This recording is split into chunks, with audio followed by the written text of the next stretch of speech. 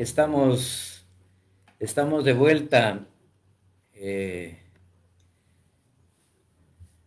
Quiero dejar aquí presentar mis disculpas por estos inconvenientes que hemos tenido en este encuentro, este diálogo con Pablo y con Violeta.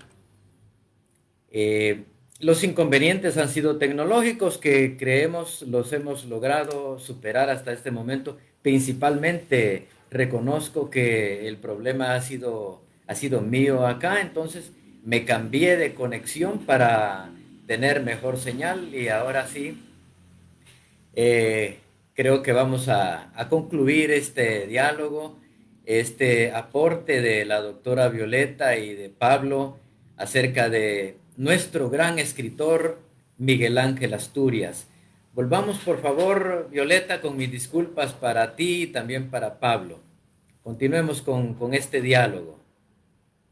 No te preocupes, Rómulo, siempre agradeciendo la invitación y admirando tu entusiasmo por difundir las letras. Yo preferiría que cederle el lugar a Pablo y termino yo con una lectura breve que quiero hacer, si fuera posible.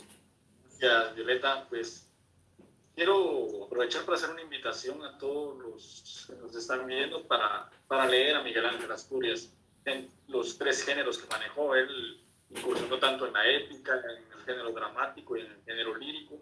Yo lo he leído más en cuanto a lo épico, ¿no? A las novelas, a sus cuentos. Y pues de lo que más valoro de Miguel Ángel Asturias en esto es su imaginación tremenda, ¿no? Es una imaginación inagotable. Dante Liano dice comparable únicamente con la de Gabriel García Márquez. Para mí es superior la imaginación de Miguel Ángel Asturias. Basta con leer Maladrón, y esa es la invitación principal que quiero hacer.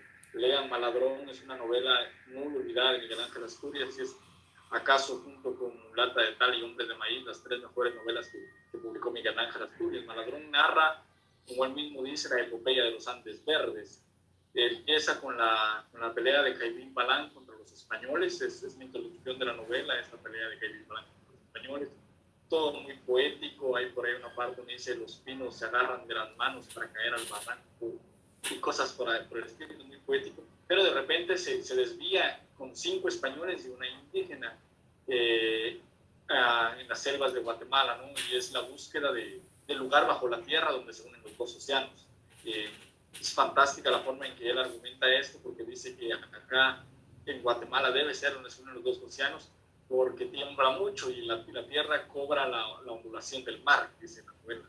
Entonces ellos entran en la selva de Guatemala para buscar ese lugar bajo la tierra donde se unen los dos océanos, pero ellos son adoradores de gestas, el mal ladrón, y coinciden con los indios cabracánidas, como les llama, que son adoradores de Cabracán.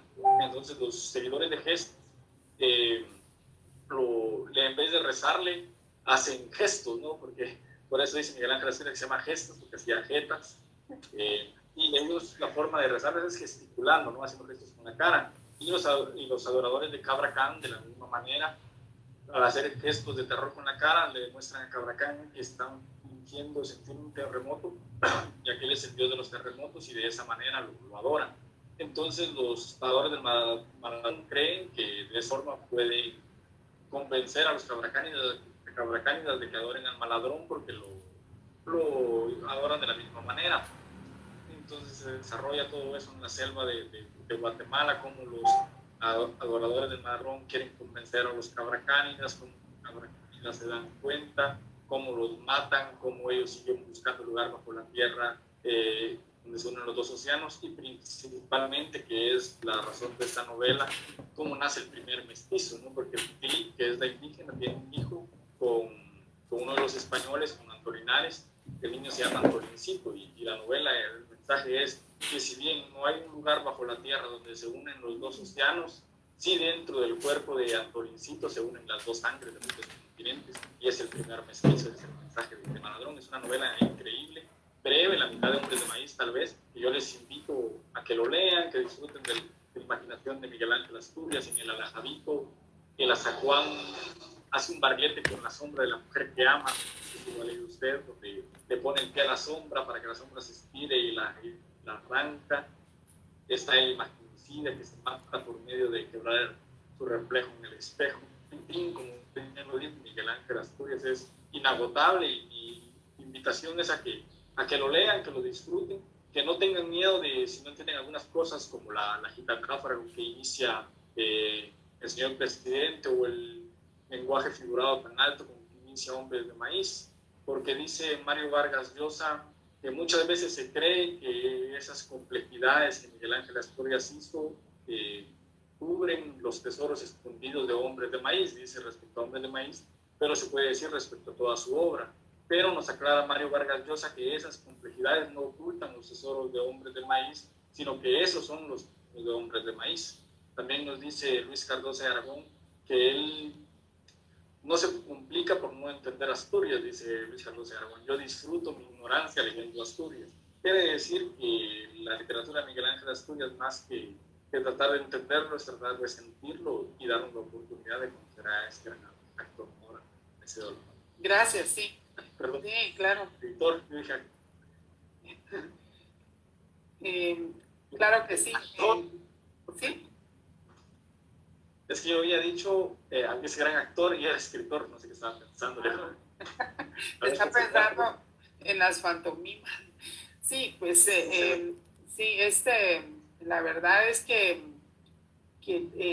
yo no, ahí sí no concuerdo con el estimado Dante, porque no se compara, va por otro lado, García Márquez, no se compara la imaginación de Miguel Ángel Asturias.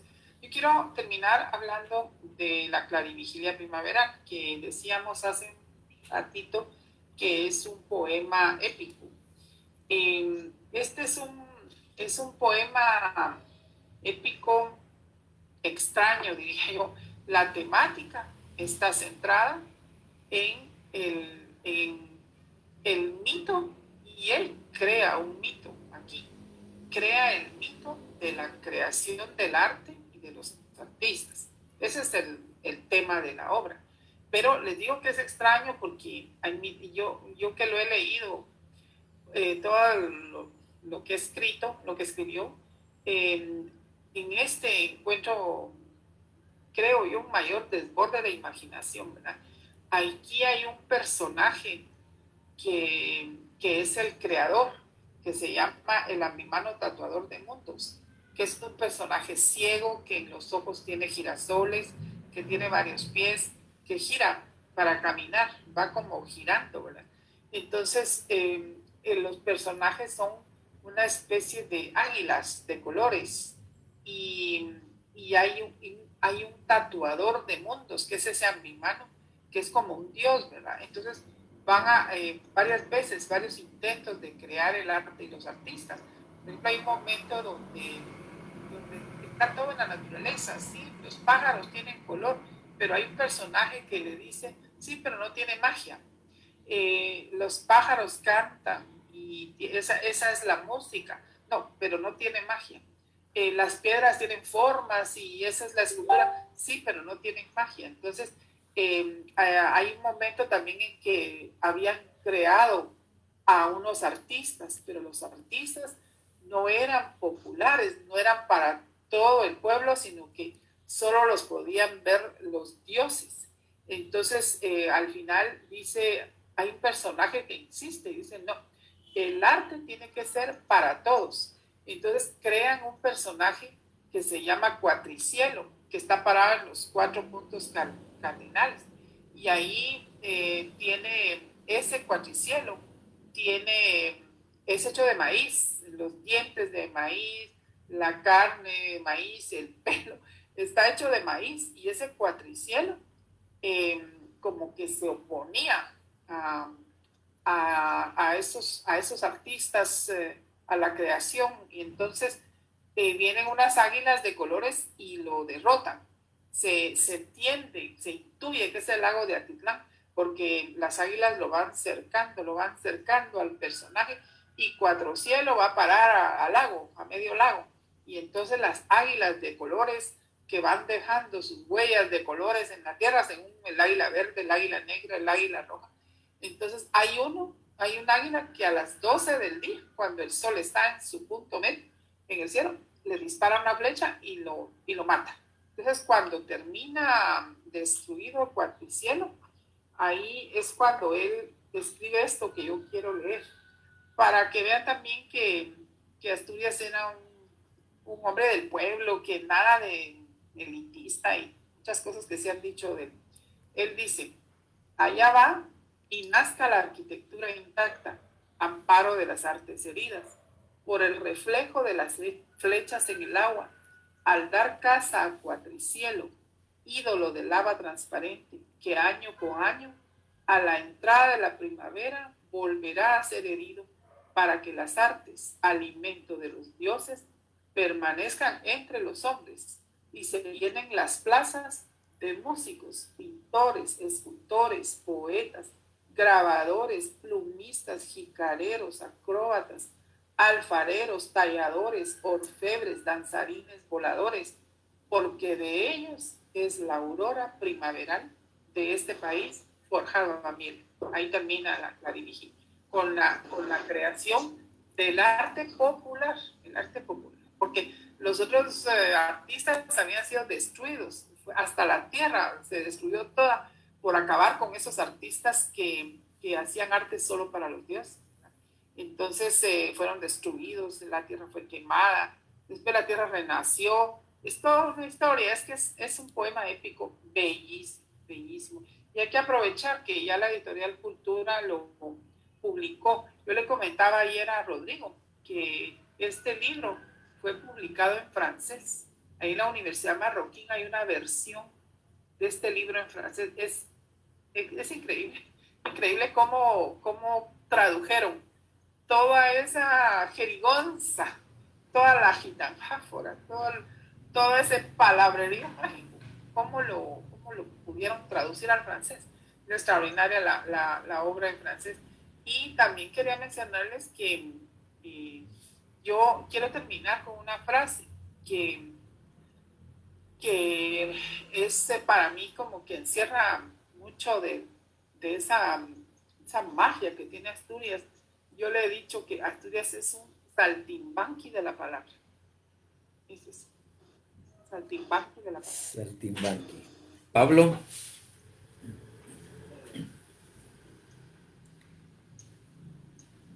Pablo. ¿Estás ahí con nosotros, Pablo? ¿Tenés algo más que agregar al diálogo? Lo que dijo Violeta me parece interesante, de tener en cuenta que Miguel Ángel Asturias era un hombre del pueblo. Muchas veces se dice que se le subieron los humos o no sé qué tantas cosas, pero a nosotros nos puede llegar a través de un libro que también publicó Editorial Cultura, que creo que fue hecho por Mario Roberto Morales, ¿cómo se llama? Escritor, donde hubo un simposio sobre Miguel Ángel Asturias, y ahí cuentan anécdotas de él, que luego transcribieron y las publicaron como un libro. Y una de las personas que habla de Miguel Ángel Asturias, que fue amiga de él, dice que Miguel Ángel Asturias, cuando ya regresaba de Europa a estar temporadas en Guatemala, pues la gente lo quería homenajear, lo homenajeaban en las escuelas, y dice que él nunca dejó de ir a ni uno solo de los homenajes que le hicieron, aún fuera de la escuela más pequeña y más humilde de Guatemala. Él dejaba de almorzar si le decían que en ese momento tenía que ir a recibir el homenaje. Quiere decir que él nunca se apartó de su pueblo, siempre fue un hombre humilde que agradecía hasta el homenaje más mínimo que le hacían y que demostrara el cariño de su pueblo. Él no es como lo quieren pintar de que se le subieron los humos, él nunca olvidó a Guatemala, y al no olvidar a Guatemala tampoco olvidó. No. Y algo que me gustaría agregar, Rómulo, si todavía puedo. Sí, claro. Es, hablaba Pablo de los temblores, los temblores y el terremoto de 1917 están en el imaginario de Asturias, tan grabado, que en muchos de los textos se refiere a terremotos. Y por ejemplo, 3 de 4 soles, el primer capítulo de 3 de 4 soles, la gente a veces no lo entiende, pero ¿qué es esto? Que los tenedores se chocan con los cuchillos, que los vasos con las tazas, todo eso en la casa, ¿verdad? Está temblando, está temblando todo. El primer capítulo de 3 de 4 soles es eso precisamente. como una descripción metafórica o a veces realista que él hace del terremoto, ¿verdad? Y a él lo marcó, él mucho habla pues, de que se habían caído las cosas, de que los niños salían a jugar. Bueno, él tenía 18 años en ese momento, porque él nació en el 99. Entonces, en el 17 ya tenía 18 años, pero a él lo impactó y le tenía miedo a eso. Igual sí. Que yo. Hay que recordar que Catalino Yumí y Celestino Yumí y Catalina Zavala de Mulata de Tal, cuando la Mulata de Tal se les revela y tienen que huir es porque hay un terremoto. Siempre están temblando esas obras. Por eso se habla mucho de Cabraca, que es el dios de los terremotos en la mitología maya. Claro, sí. Así que haya sido un encanto platicar con Pablo. Me agradó conocerlo y lo felicito por su fervor asturiano. Ya tenemos otros puntos en común. Así que por hablarnos de Asturias y motivarnos a leerlo, porque es un género olvidado incluso por los mismos asturianos, pero que usted por lo que nos cuenta es maravilloso y vamos a entrar en él. Me alegro. Y gracias a Rómulo siempre por el hospedaje y a Rodrigo por la invitación, por tenernos en cuenta. Muchas gracias, Rómulo. No te preocupes por estas circunstancias. Bueno, sí, yo creo que con esta tercera parte nos vamos a quedar. Lo que han dicho ustedes es sumamente valioso en cuanto, por ejemplo, a esta parte de que Miguel Ángel Asturias creaba personajes realmente maravillosos y el manejo de la figura literaria extraordinario, ¿verdad? El juego de palabras de Miguel Ángel Asturias. Hay mucha gente que realmente no lo ha leído y que quizá le llegan a veces expresiones de que es difícil entenderlo, pero hay que entrar. Quizá hay que decirle a algunos lectores por dónde empezar.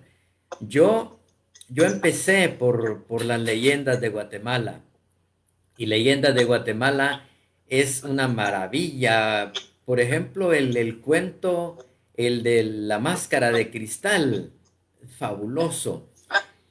Bueno, y uno puede empezar por los cuentos más comunes, ¿verdad? Más populares, con el Cadejo y todo eso. Entonces la gente puede empezar allí a entender, a irse por las líneas tan poéticas de la prosa de Miguel Ángel Asturias, ¿verdad?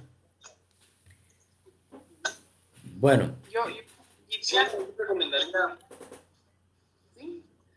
Empiecen por Lidazar, el espejo de Lidazar. ¿Vale? La leyenda de cristal. Y justamente yo recomendaría empezar con el espejo de Lidazar, puesto que son cuentos breves, en que no necesita un mayor esfuerzo de atención, y puesto que son menos complejos que las leyendas de Guatemala, ¿no? Hay leyendas de Guatemala que cuesta mucho entenderlas, como los grupos de la tormenta primaveral, mientras que el espejo de Lidazar es un poco más fácil de entender y sería bueno iniciar por ese lado. En ese cuento, sí. Sí, y por ejemplo también me parece a mí que si a alguien se le indica empezar por el señor presidente, quizá en la primera página chocarían con ese ingreso, esa entrada de Miguel Ángel Asturias que dirían no entiendo nada. Y tienen razón porque hay que manejar un poco, hay que entender el lenguaje tan maravilloso, tan bien elaborado de Miguel Ángel Asturias. Hay una anécdota sobre el inicio del señor presidente que cuenta Osvaldo Mazariegos. Él dice que hicieron un experimento en la Universidad de Francia con este inicio de alumbre, lupel de piedra lumbre. Pero la idea fue que hubiera personas de diferentes lados del mundo, menos de habla hispana. Ingresaron a varias personas de habla inglesa, francesa, alemana, y les pusieron un audio con el inicio del señor presidente. Al final preguntan qué experimentaron al oír eso. y algunos decían miedo, otros decían angustia, terror. Y se demostró por medio de ese experimento que lo que Miguel Ángel Asturias trató de transmitir con la metáfora no es un mensaje que se pueda entender, sino que se debe sentir, y en dado caso es sentir lo que sentían los pordioseros en el portal del Señor. Exacto. Pues bueno, entonces sí, ahora sí, oficialmente damos por concluido este diálogo con la doctora Violeta de León Benítez y con Pablo Bejarano, ambos muy, muy llenos de Miguel Ángel Asturias. Gracias también a Rodrigo Villalobos por su tiempo y por acompañarnos por acá. Llegamos entonces al final de esta tercera parte de este diálogo sobre Miguel Ángel Asturias en Letras en Directo. Hasta la próxima, gracias a todos. Gracias, Rómulo. Hasta luego.